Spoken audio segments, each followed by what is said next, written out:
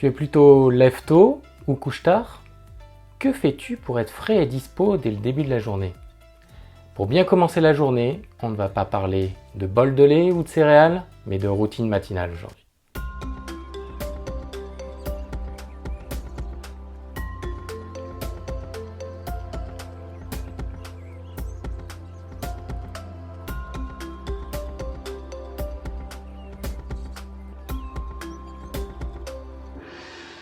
J'ai pendant très longtemps eu énormément de mal à me lever le matin. Vous voyez l'ado que vous ne voyez pas émerger avant midi? C'était moi en version adulte. On m'appelait le zombie. Je n'étais réellement opérationnel qu'en fin de matinée à peu près. Choisissez un endroit agréable pour vous, de préférence au calme. Non. Trop chaud.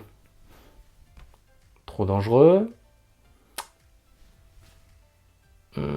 Quelque chose de plus nature. Ah, parfait.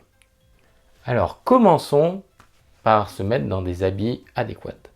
Avez-vous remarqué qu'on peut très bien aller le soir et se sentir très mal le matin suivant, alors qu'absolument rien n'a changé pendant la nuit? Ou inversement, on était très mal la veille et aujourd'hui on est super bien. C'est parce que notre cerveau n'a pas chômé pendant la nuit. Il a commencé à trier, à traiter tout un tas d'informations qu'on a emmagasinées pendant la journée.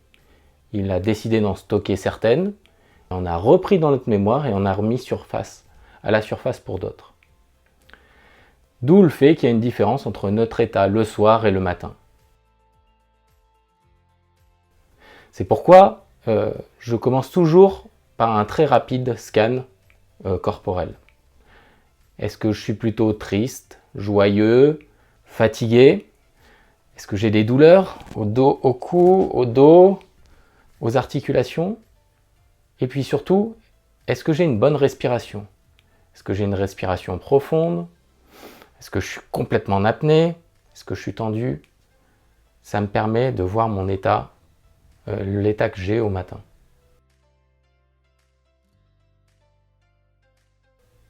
Et si jamais je sens que ma respiration elle est prise ou je me sens pas très bien respirer, je vais commencer par un nettoyage du nez et je vais vous montrer tout de suite comment est-ce qu'on fait ça. On commence par remplir la corne avec de l'eau. Ensuite, on va préparer du sel, donc une pincée de sel, on va dire ça, une grosse pincée de sel. On met enfin le sel dans la corne, on mélange pour que ça se dilue bien avec l'eau, et puis on va mettre la corne sur une de nos narines, tourner la tête d'un côté pour que l'eau puisse traverser les deux narines et sortir de l'autre côté. Et ensuite, on recommence avec la deuxième narine, donc de l'autre côté, on tourne la tête de l'autre côté jusqu'à ce que toute l'eau soit passée à travers notre canal nasal. Une fois que mon nez est bien dégagé, je commence par une courte session de yoga. Généralement, je prends 10 minutes, dont 1 minute de repos à la fin, pour réveiller mon corps et être surtout concentré à ma pratique du yoga. Autrement dit, être présent à ce que je fais. C'est juste un réveil corporel. C'est un moment où notre esprit peut commencer à vagabonder. Et si j'allais au cinéma ce soir? Ah oui, focus sur ce que je suis en train de faire. Dans ce cas, dès que je m'en rends compte, je me reconcentre sur la position que je suis en train de faire et ma respiration. Mon esprit repart dans d'autres pensées, je m'en rends compte à nouveau, alors je ramène mon attention sur ce que je suis en train de faire. À force de ramener notre attention comme ça, cela va devenir de plus en plus facile et rapide de prendre conscience que nous ne sommes plus dans le moment présent. Et toi, joueur ou joueuse de la vie, quand te rends-tu compte que tu n'es pas à ce que tu es en train de faire? De quelle façon tu arrives à t'en rendre compte? Le yoga se termine toujours par un temps calme appelé Savasana. Je m'en sers pour rescanner mon corps et ressentir. Est-ce que je me sens mieux qu'avant? Est-ce que j'ai plus de douleur ou moins de douleur? Alors j'utilise une application appelée Down Dog pour n'avoir qu'à suivre les étapes proposées et ne pas avoir à gérer le temps. Je continue après avec une respiration Wim Hof, comprenant 4 cycles de 40 respirations rapides en position allongée. J'utilise là aussi une application sur smartphone pour ne pas avoir à compter le nombre de respirations et avoir une idée du temps de rétention que je réalise. Cette pratique me permet, comme précédemment, de me rendre compte de la qualité de ma détente et de ma respiration. Il y a des jours où je tiens très longtemps, d'autres où je tiens vraiment pas longtemps, et puis d'autres où j'ai un temps à peu près moyen. Alors vous n'avez pas forcément besoin de l'application Wim Hof, même si je la recommande parce que je la trouve particulièrement bien faite. Mais vous pouvez juste utiliser une des nombreuses vidéos sur YouTube qui vous guident dans ce genre de respiration. Tapez juste Wim Hof respiration et vous allez tomber sur ces vidéos. Vous pouvez également ne pas faire une respiration Wim Hof, mais faire n'importe quel exercice de pranayama à la place. L'idée de cette partie, c'est vraiment d'améliorer notre respiration et d'avoir conscience de la façon dont on respire. Si tu veux plus d'explications sur la respiration Wim Hof, je t'invite à regarder la vidéo que j'ai faite sur la méthode Wim Hof. Mon exercice d'engagement préféré est le poirier, car il permet de renouveler le sang dans le cerveau et force à être très concentré. Si on n'est pas concentré, on risque de tomber et de se faire mal. Vous pouvez utiliser n'importe quel exercice qui vous demandera de la volonté et de la concentration.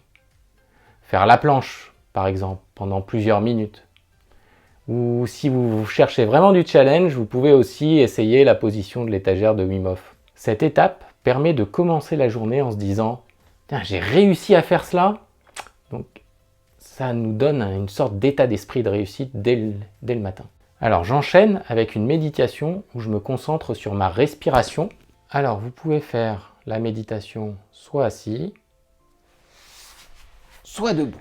Je vais vous la montrer debout, mais vous pouvez très bien la faire assis. Donc on détend les épaules.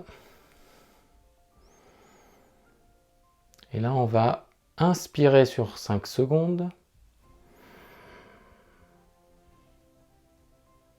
Retenir 2 secondes. Expirer sur 7 secondes ou plus si vous voulez.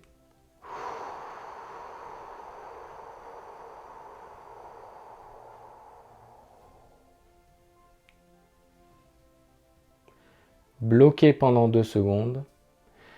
Et là, on va refaire un cycle, c'est-à-dire qu'on va réinspirer sur 5 secondes. Bloquer 2 secondes. Et expirer le plus longtemps possible.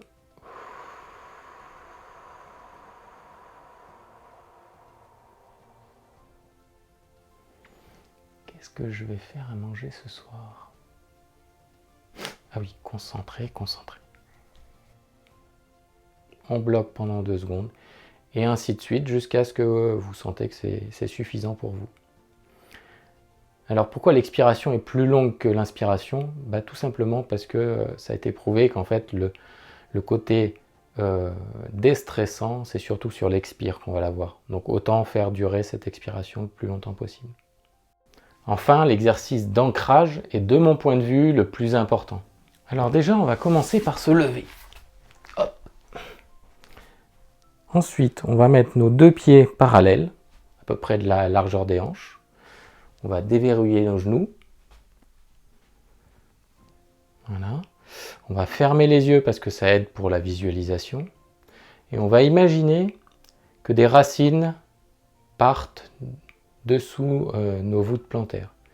Et vont aller s'enraciner. Elles grandissent, jusqu'à arriver jusqu'au centre de la Terre. Et vous voyez le noyau au centre de la Terre. Elles vont aller tout autour de ce noyau. Et vous voyez même une poignée sur laquelle elles peuvent s'accrocher. Elles vont s'enrouler autour de la poignée. Et là, vous vous sentez très stable. Ensuite, vous allez visualiser une lumière rouge qui part du centre de la Terre et qui va remonter jusqu'au centre de votre corps. Le but de l'ancrage, c'est de se sentir stable, robuste. Je finis par une douche froide pour être bien réveillé. Et cela m'évite parfois de prendre du café. J'aimerais insister sur un point très important, c'est la régularité. Essaye de le faire quotidiennement pendant 21 jours, c'est le temps requis pour que le cerveau s'habitue à cette nouvelle habitude, et l'ancre d'après certaines études. Je t'encourage aussi à le faire de manière progressive. Tu peux par exemple commencer par faire seulement quelques minutes de respiration, très profonde, puis un ancrage. En tout cas, commence par un truc qui te fait plaisir, sinon cela risque de ne pas tenir dans le temps. Je vais vous montrer comment je module ma routine en fonction du temps et du lieu où je suis. Si vous êtes dans une petite chambre d'hôtel que vous partagez par exemple, cela risque d'être assez compliqué de faire du yoga. Enfin, vous avez toujours la possibilité de scinder votre session en plusieurs parties. Une que vous allez faire le matin, la plus importante, peut-être une partie de midi ou le soir. Je vous invite à ritualiser ce moment. Pourquoi ritualiser ? Tout simplement parce que ça va permettre au cerveau de se dire « Ah ok, il est dans la même posture que la dernière fois, il va faire un exercice particulier, il va commencer à méditer, donc je vais le mettre en mode méditation. » Et vous pouvez ritualiser de plein de façons différentes. Vous pouvez allumer une bougie, mais vous pouvez aussi utiliser des instruments. Donc moi par exemple, quand je fais mes pratiques du matin, et en particulier la méditation, je vais commencer avec le bol tibétain.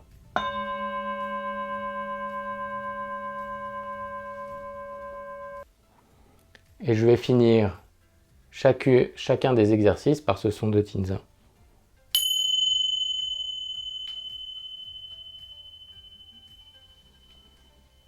Dernier point d'attention, soyez pleinement présent à votre routine. Donc pas à moitié en train de vous occuper de vos enfants.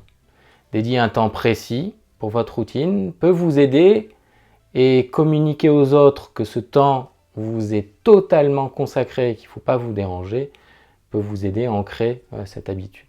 Alors les bénéfices que j'ai pu expérimenter sur moi, ou en tout cas que le retour d'expérience que j'ai sur ce genre de pratique, c'est que j'ai une plus grande efficacité. J'arrive à faire plus de choses dans la journée et de meilleure qualité. J'ai une meilleure connaissance de mon état, du coup je peux le partager aux autres. J'ai une réduction du stress, parce que le temps de se poser, de méditer, de regarder ce qu'il y a en nous. Et au final j'ai une meilleure estime de moi, même une plus grande confiance en moi, parce que j'ai de la gratitude de m'être alloué ce moment juste pour moi. Et puis ça nous met dans une énergie plutôt sympa. Un peu comme avec les endorphines qui sont dégagées après le sport. Vous êtes plutôt de bonne humeur et prêt à partir pour cette journée. Aujourd'hui, j'ai du mal à me passer de ma routine matinale. Je sens la différence lorsque je ne la pratique pas. J'ai presque complètement arrêté ma routine pendant mes 2 semaines de vacances et j'ai pu sentir que j'étais plus irritable, moins présent pendant cette période. Alors comme toujours, ne cherchez pas à vouloir mettre la charrue avant les bœufs. Écoutez-vous, expérimentez et trouvez votre propre routine. À bientôt pour une nouvelle vidéo. Tu peux soutenir la chaîne en t'abonnant ou en mettant un pouce vers le haut, ça fait toujours plaisir. Et n'oublie pas, la personne la plus importante au monde, c'est toi. Alors amuse-toi!